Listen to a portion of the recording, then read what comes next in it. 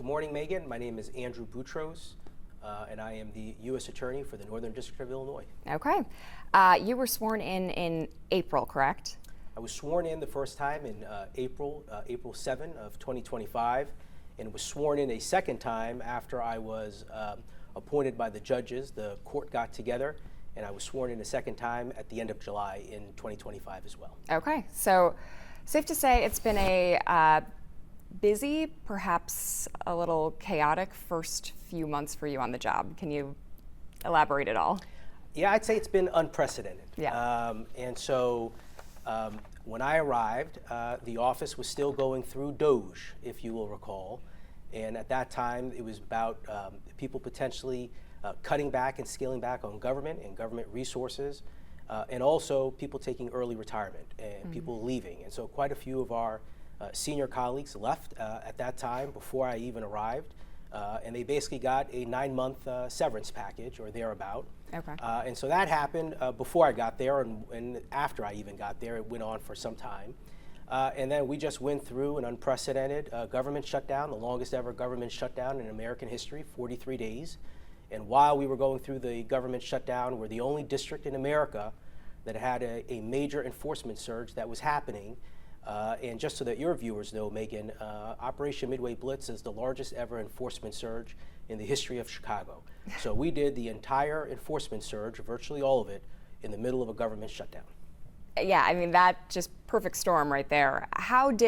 So you were coming to work every day. Correct. Amidst, this unprecedented surge in enforcement. How did that impact your employees? How did that impact your ability to prosecute these cases and the cases that you would have already had on the docket? Well, we had our hands full, and we absolutely had to do a lot more with, especially during the shutdown, a lot less. And so we had a skeleton crew of staff members. The criminal division was exempted because they were deemed as essential employees. But our civil division, which is a very critical part of our office, was for the most part furloughed. And so we had a skeleton crew in the civil division. And so we were not up to full capacity. And all of that is obviously in addition to all the departures that had taken place prior to me getting there. So when I joined the office, Megan, we were down about 50 prosecutors the day that I stepped foot in the office. And so on top of being down about 50 prosecutors, we were dealing with the shutdown and a skeleton crew in various areas as well. I don't know if my viewers, if the public realized that all of that was happening at the same time that we're constantly seeing these indictments, in the news, these really high-profile cases, most of them involving Midway Blitz. Yeah, it was, we were working 7 days a week. We were part of the command post that was over at the FBI. The FBI stood up a command post. And our job was in many ways support. It was reactive.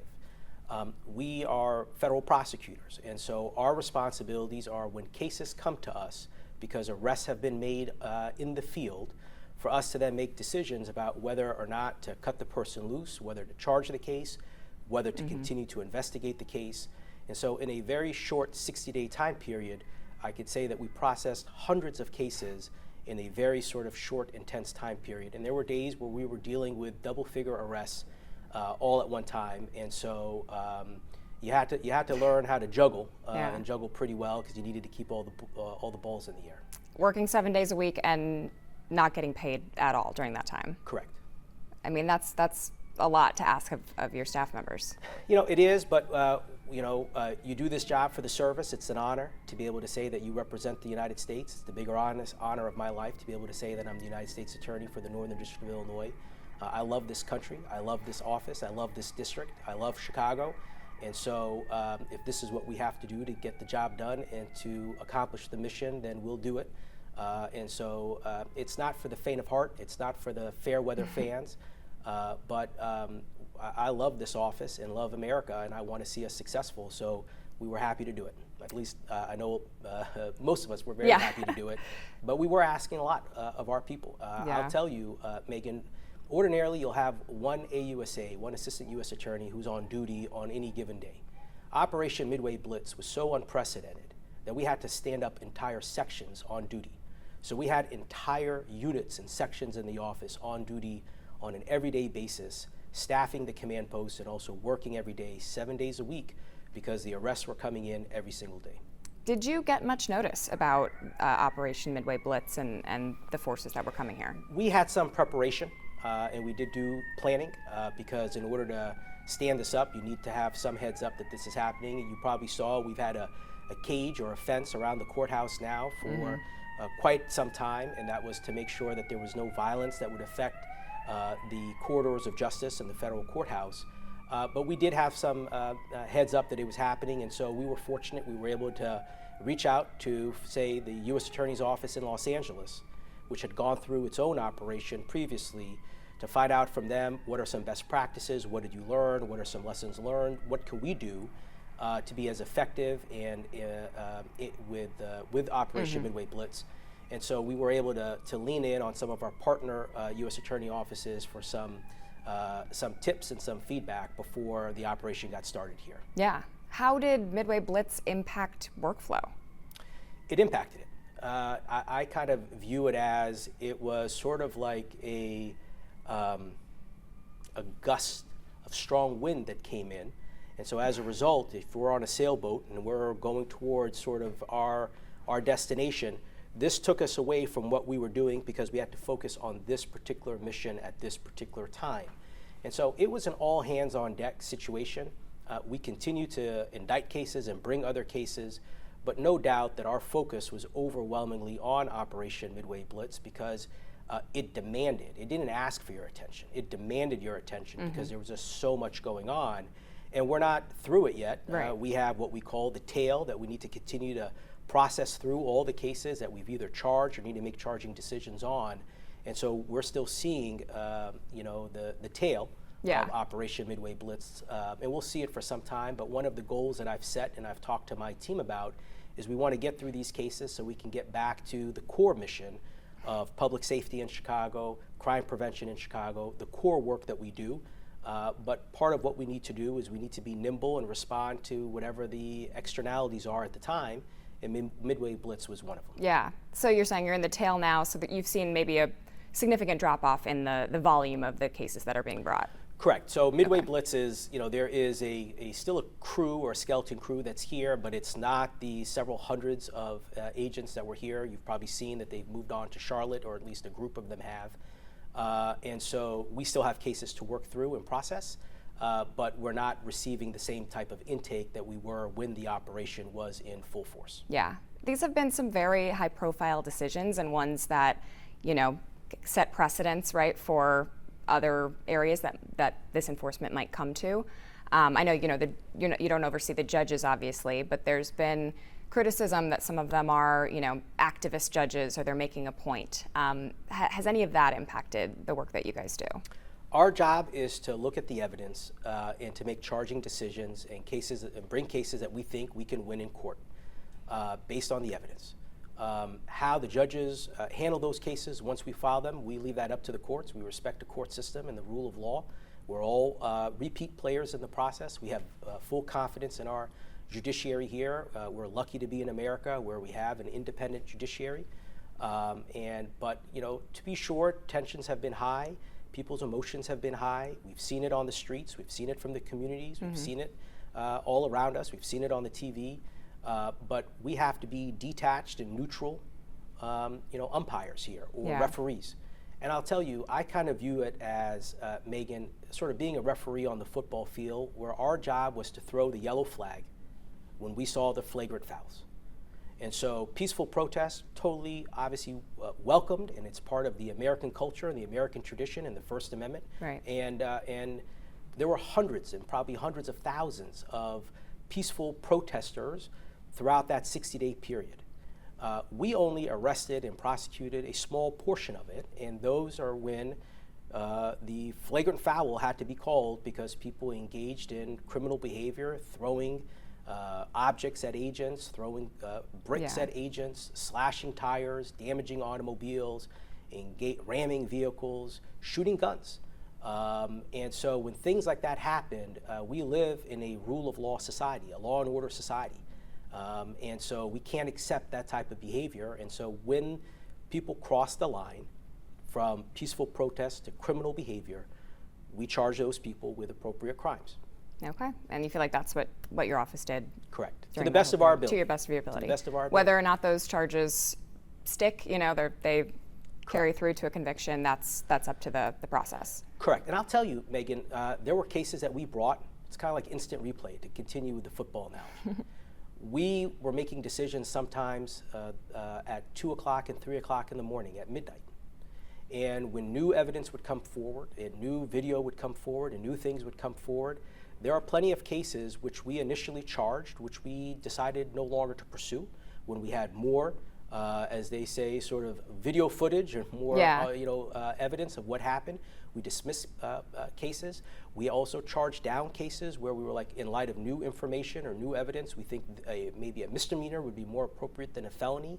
And there are instances where we thought perhaps a misdemeanor would first be appropriate, and then based on the review of new evidence, new video, perhaps a felony is appropriate. So it was an iterative process, and I think part of being to doing it right is to being willing and open to taking a fresh look as more evidence would come in, because it was an overwhelming amount of video evidence and things coming in that we wanted to review, because we're trying to get it right. Yeah. And we're trying to get it right without the luxury of a ton of time.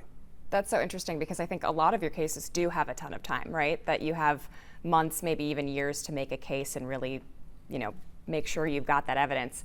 This was the flip side. It was, immediate. Someone's arrested. We need to decide whether or not they've done something wrong.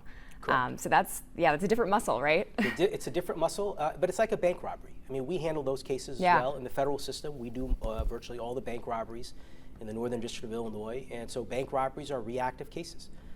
Kidnappings are reactive cases. Child exploitation cases are reactive cases. And so we certainly have plenty of training and plenty of drills in doing reactive cases, but this was a lot of reactive cases happening all at one time with different accounts. Some people saying this happened, other people saying that happened, and we would go, let's go to the booth and let's look at the video and see what we can see. Yeah. Because again, we want to rely on the most reliable evidence that we can, and so that's why we were willing to change our positions where it was appropriate. Okay. And stick to our guns where we think it's the right thing to do. Okay. Even if it's controversial. Yeah. You gotta, because here's the thing, Megan. Today it's Operation Midway Blitz. It could be something else down the road. Right. And it's, imagine that someone else, for example, not a federal agent, but a different member of the government, say a member of Congress or a member of the judiciary or someone else, had experienced that type of attack or that type of violence. I don't think people would view it as controversial if a judge was surrounded and was being attacked because of a judicial decision. I think everyone would immediately expect for charges to be brought and for justice to be dispensed. And it can't be that there is a different set of rules for federal agents or for certain types of federal agents. They're all federal officials, and we have to treat the law equally for everyone. It's a good way to explain it.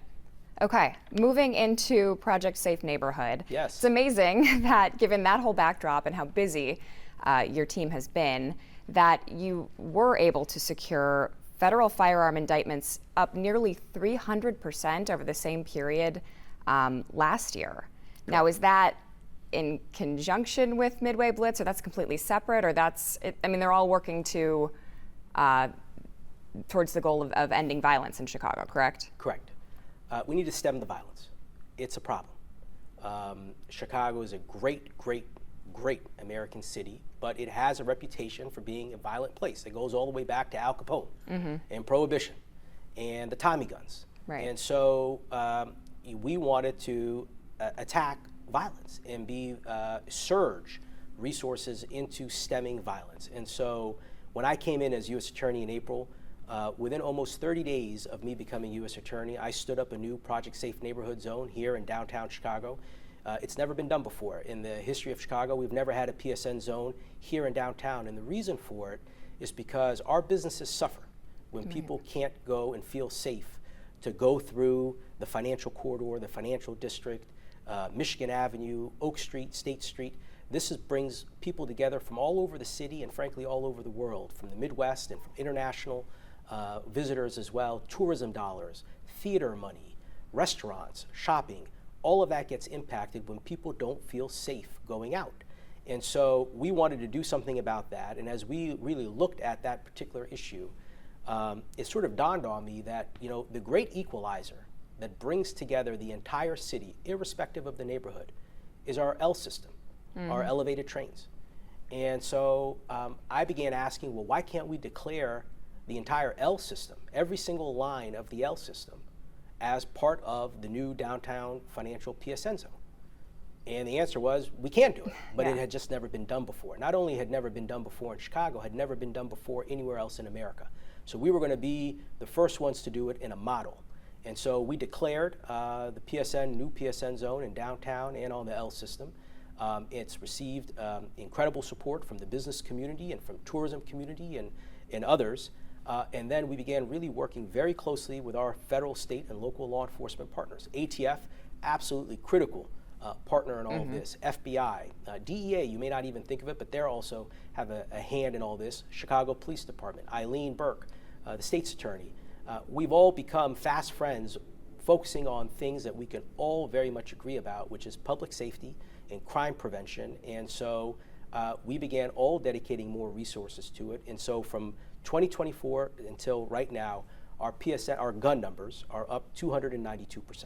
And explain to my viewers what designating some downtown areas and the L, what that does. What does that allow you to do by designating it that way? It brings more federal resources into those areas. It almost declares those areas as like federal designated zones that are sort of like anti-violence zones. And so it's just more resources being put in those areas. And again, we wanted to be fair about it and make it, that everyone would benefit from it. But doing that also required for me as the U.S. Attorney to dedicate more resources from the office to the PSN program, which is something that I've done, to want to also increase our violent section and to make our violent crime section no longer a pass-through where people would come in and get some experience for a year or two and then move on to another section. Our violent crime section now is a destination. You come into that section to work cases and to be part of that section and to bring big, meaningful, impactful cases, not just numbers, but cases that also matter. And so we're doing that now. And I also stood up, I'll tell you, Megan, a new rotation system for how we accept gun cases in our office, how people process those cases, what the turnaround time for those cases are. And for the most part, we try to get each of our gun cases charged or declined within 30 days of the case coming in. And so now there's an understanding of we want to move those cases quickly and go on to the next one. And so you're seeing the fruit of all that work that's been put and invested into that program. Yeah. Looking at a list of the recent PSN-related indictments that your office has been able to bring, a lot of them, or most of them, I think, look like they could be handled by the Cook County State's Attorney's Office. So what does your office, by the feds taking them over, what does that lend to these cases? There are some cases that actually the state, for one reason or another, may decide not to bring, or where there's a particular federal interest, where we think that the defendant is a repeat offender, and that they need to now get processed through the federal system, which frequently has harsher penalties, and where people will do more time. As opposed to say 50% of whatever the sentence is or even less. In the federal system, you'll do 85% or more of your time based on assuming you even have good behavior. But there's often a tougher penalty associated with these cases. And so we will, when we work together, we have both the State's Attorney's Office, the U.S. Attorney's Office, ATF, Chicago Police, and they all get together every single day, Megan, every single day. Every single gun case in the Northern District of Illinois goes through our CJIC Center, our crime center in downtown Chicago, every case. And they make a decision together about which case is appropriate for federal prosecution, which case is appropriate for state prosecution, and they sit together every single morning and make those decisions together as a group, and we split the work appropriately. And we try to take the most serious offender cases and take those federally. Okay. Do you think that's the solution to Chicago's violence problem, or at least their reputation problem? It's certainly part of the solution. It's working. We're seeing that crime is down, violence is down, and we can't take credit for all of that by ourselves. Obviously, It's an all hands on deck sort of working relationship with our state, local, and federal partners. But we know that the murder rate is down in Chicago. I just checked the numbers. I check them every morning. 151 fewer murders this year compared to last year. This year we're at 378 murders. Last year we're at 500 and plus murders. And so we're down 151.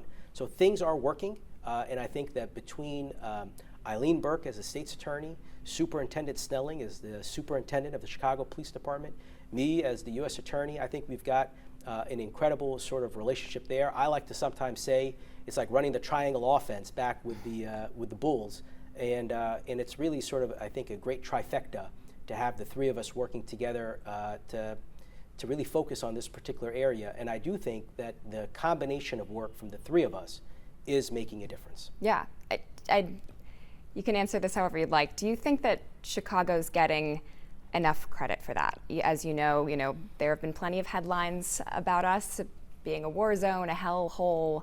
Do you think that law enforcement here and prosecutors, state and local, are getting enough credit for the work that's already been done to bring the violence down? So the answer is yes and no. And I'll tell you what I mean by that. The progress that we've made in a very short period of time. So it's like green shoots. But there was years and years of lack of progress in this area. And so the reputation of Chicago being a violent place, of this being a problem, homicide rates are high, #1 in homicide, #1 in gangs, #1 in other types of carjackings and other types of violent offenses. That story has been running for a long time. And so while I think it is great and it is refreshing that we're making progress now that we can all point to, I think we're also digging out of a mentality where it's been like, oh, it's Chicago, it's a really violent place. And so, when I was in private practice, before I became U.S. attorney, I had clients who would sometimes come into town and they'd say, oh, I'm sort of afraid, Andrew, to like walk outside and to go here or go there, including maybe even international clients because of the reputation. So I think it's wonderful that we're making progress, but I don't think our work is done. And I think that we have to make up for years of sort of this reputation that's been built. Okay. I think that was everything I needed on that front. I was going to move into cryptocurrency unless you had anything else you wanted to touch on, just more on the PSN whole topic. Or do you think we hit everything? No, I think PSN is good. I mean, I don't know if you want, I don't know if are we being, no, so I think PSN is good. I mean, I guess one other area to talk about is sort of what we plan to do to continue the sort of progress that we're making in the office. I think you mentioned early on, Megan, our numbers have been down. I mentioned to you we were down 50 prosecutors. We've had some departures from senior leaders, but which is not unusual when there is a change in administration. I looked at a curiosity under the prior two administrations, President Trump 45, and President Joe Biden. And during that period of time, under those two administrations, we had 108 federal prosecutors leave the office. We had 31 deputy chiefs leave the office. We had 10 section chiefs leave the office. We had 5 members of the executive management team, what we call the front office, leave the office. So we have had really an extraordinary amount of departures during the last two administrations, President Trump 45 and President Joe Biden. And so it's not unusual that when a new administration comes in, people leave. The good news is when you look at the people who I have replaced departing colleagues with, and we celebrate their service, we thank them for the years that they've given us, but we also look ahead and we look forward to the future. The people who we've put into positions of responsibility and leadership in the office are all veterans of the office, 20 years, 23 years, 25 years of experience. Those are the people who are now standing up as new section chiefs. I've received permission to hire nearly 30 prosecutors so far. And so we're now beginning to bring in these new people. And these are people who are coming in who are absolutely committed to the anti-violence mission, to fighting fraud, and to doing trials. We have people coming in with 36 trials already under their belt, 20 plus trials under their belt. They've been AUSAs in other districts. They've been AUSAs and main trial attorneys and main justice, state's attorneys' offices attorneys who were first chair attorneys.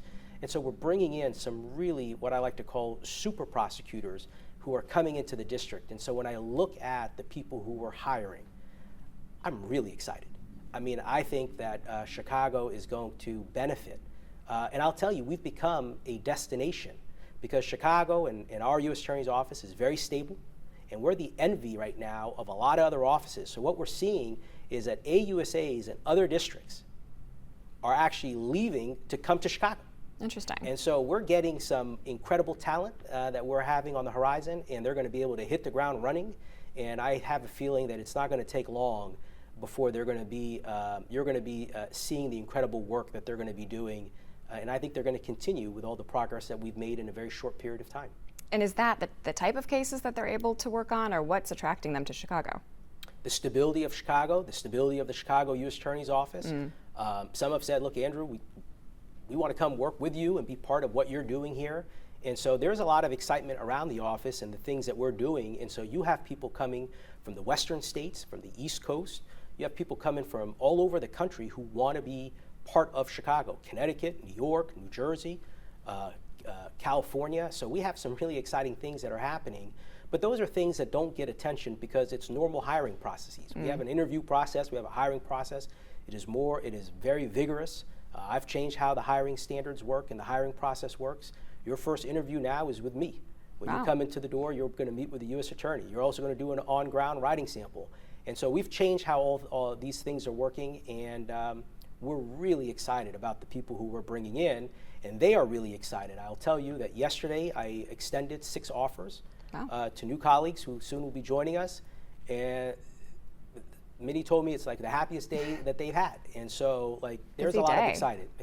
Yeah. Okay, so 6 yesterday. You said you've still got about 30 spots to fill, and you imagine within the next few months you'd be able to fill those. Correct. You know, we want to get them in before, Yeah. God forbid, the next government shutdown. Oh, Our goodness, continuing yeah. resolution is until January 30th. Right. So we'd like to bring as many people in as we can during this period of time. I don't know if we'll be able to bring everyone in. It does take time to onboard people, and there's an FBI background check and all sorts of things that have to happen.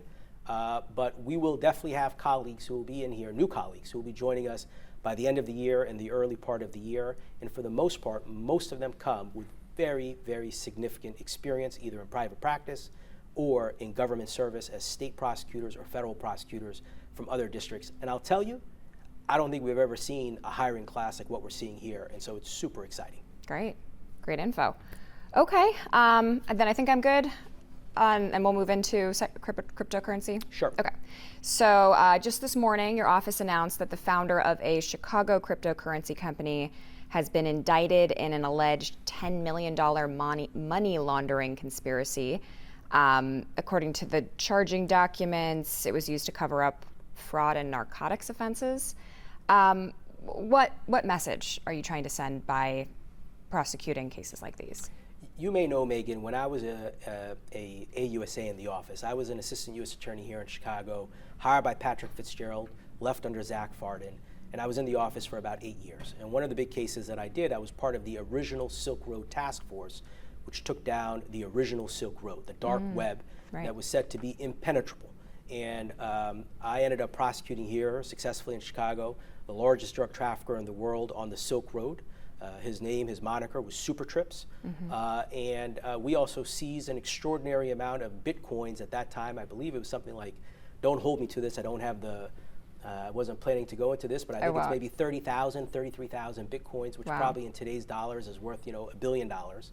And so we really did, Chicago was part of the original task force that took down the Silk Road and that really was sort of tackling cryptocurrency through the work that I did and the work that others did after I left and that continued in that tradition. So this is a continuation of that. The Department of Justice has issued new guidance and new memorandums that say in order to charge those cases, you need to be able to prove that the violation was willful, that the person knew what they were doing and knew what they were doing was wrong, and so it's not just a regulatory offense. And so that's a significant case that we brought, $10 million. And so this person has now been charged and will stand accused and will have an opportunity to prove his innocence and for us to prove his guilt in a court of law and go through that process. But that is something that Chicago has been, and I helped do that when I was at AUSA, but we've been involved in the cryptocurrency space for quite some time, amongst other areas as well. Yeah, and I think it's a relatively new way to theoretically launder money this way. So I think getting in so early, like you did with that Silk Road case, maybe sets a precedent for whoever tries to use it, in the future. It's a little bit of a game of cat and mouse, or catch me if you can. And so as criminals constantly use technology to try to get one step ahead of law enforcement has to keep up and to look at the new methods and tools that people are using to either launder money or to commit crime, and for us to stay on top of it. And I'll tell you, whether it's in child exploitation areas, and child pornography cases, and human trafficking, or money laundering, or even fraud. I mean, when you think about it, it's unheard of. It was unheard of for one person to be able to commit hundreds of millions of dollars of fraud, say, 30 years ago. Right. But today, with the internet and technology and even AI, I just stood up a new healthcare fraud section in the office, Megan, and in about 120 days, we charged $2 billion with a B of alleged healthcare fraud. And in many cases, these are cases where people actually got the money from the government. And so they got hundreds of millions of dollars of what we allege to be fraudulent proceeds. That would be unthinkable 30 years ago. But with technology and with everything that's going on, one person is able to have an outsized impact, both for good as well as for harm, if they decide to use that technology to cause mischief and other sort of criminal activity. All right. I think I'm good. Well said.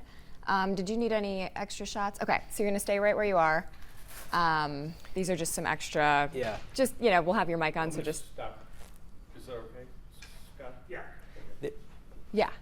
There was just one section where I couldn't tell if you were asking me. That's why I wasn't sure if you were gonna cut it, or I was like, wow, there was one more thing, and then I went back. So I don't know if there's literally one section you probably noticed where you asked me a question. Yeah, and you were kind of not sure where to go. And so. Did you want to touch on that at all, or? Oh, it's going to potentially come across as, I just wasn't sure if we were live at that moment or if we were about to shift, and so. It would be, it'll be in the recording, I mean, I don't think there was no It was just more of a awkward pregnant pause. Or But I mean, unfortunately, that's how the No, I think it was more a misunderstanding. How the biz works. I think we were just maybe on the wrong page with what next steps, but I think we're good. I don't think you misspoke or anything. No. Okay, in a way that we'd need to cut it out or anything. I mean, cutting it out would be ideal, but if it's a hassle. Yeah, I know. I worry if we cut, then people are going to say, well, you edited it, so what's the point in? We'll see how it is. Yeah. But honestly, it was literally like, is she on the record? Sorry, so I wasn't sure. I apologize. Yeah. No, we're all on right now as we're rolling. I actually just sat down with State's Attorney O'Neill Burke talking about her staffing shortages, and I thought it was interesting. She said it's actually been sort of an uphill battle for them, that the prestige of their office, it's not exactly what it was maybe 10 years ago. It sounds like that's not something you're running into. You still have people who are really interested in working for you. Oh, absolutely. Yeah, no, we have people who are literally going to relocate their entire families, and they're going to come to Chicago. And so we've become a destination, and which is amazing. And so we're having no difficulty recruiting. And we're bringing the best and brightest, valedictorians, people with clerkships, people with enormous trial backgrounds. Again, one person whose resume stands out has 36 felony trials under their belt. Was doing murder cases and was a first-chair trial attorney. I can't wait for that new colleague to join our office. That person is going to hit the ground running. Yeah. Okay. That's great news. That you're not having any trouble there. Yeah. I'm trying to think if there's anything else. So in terms of the government shutdown impacting your office, everyone's gotten paid. Not yet. Not yet? So you're still waiting on that first paycheck? We're still waiting on that first paycheck. And I take it that you included, right? We included, yeah, absolutely. So those paychecks still have to be processed. I think it's any day now, and we'll get, I think, 4 paychecks for back pay. And it hits particularly the support staff very hard, because there are people who are living paycheck to paycheck, and they have rent obligations and mortgages and car payments and other things like that, and so they count on that check. And so it's definitely disruptive, and it also hurts morale. And again, for all that to happen on the heels of Doge and in the middle of the Blitz, there was a lot happening in Chicago. Yeah, and Blitz started before the shutdown, correct? Correct. So Blitz was about 60 days, and the shutdown was 43 days. 43, right. So we had longest in history, yeah. Correct, yeah. So we had 17 days of the Blitz without the shutdown. Sort of normal operations, but Blitz. So correct. When the shutdown happened, were you just like, wow, the timing could not be worse? You know, I'll say it was, you know, you got to play the hand that you're dealt. And we were like, we got to just, you know, we got to do the best that we can and keep people focused. Right. And keep people reminding people of what we're doing, why we're doing it, why we're waking up every morning and coming downtown. And it's to make Chicago a better place for everybody and to do this on behalf of the people. If you're not doing this to make Chicago better, you're in the wrong line of business. Yeah. Yeah. That's your only option. So kept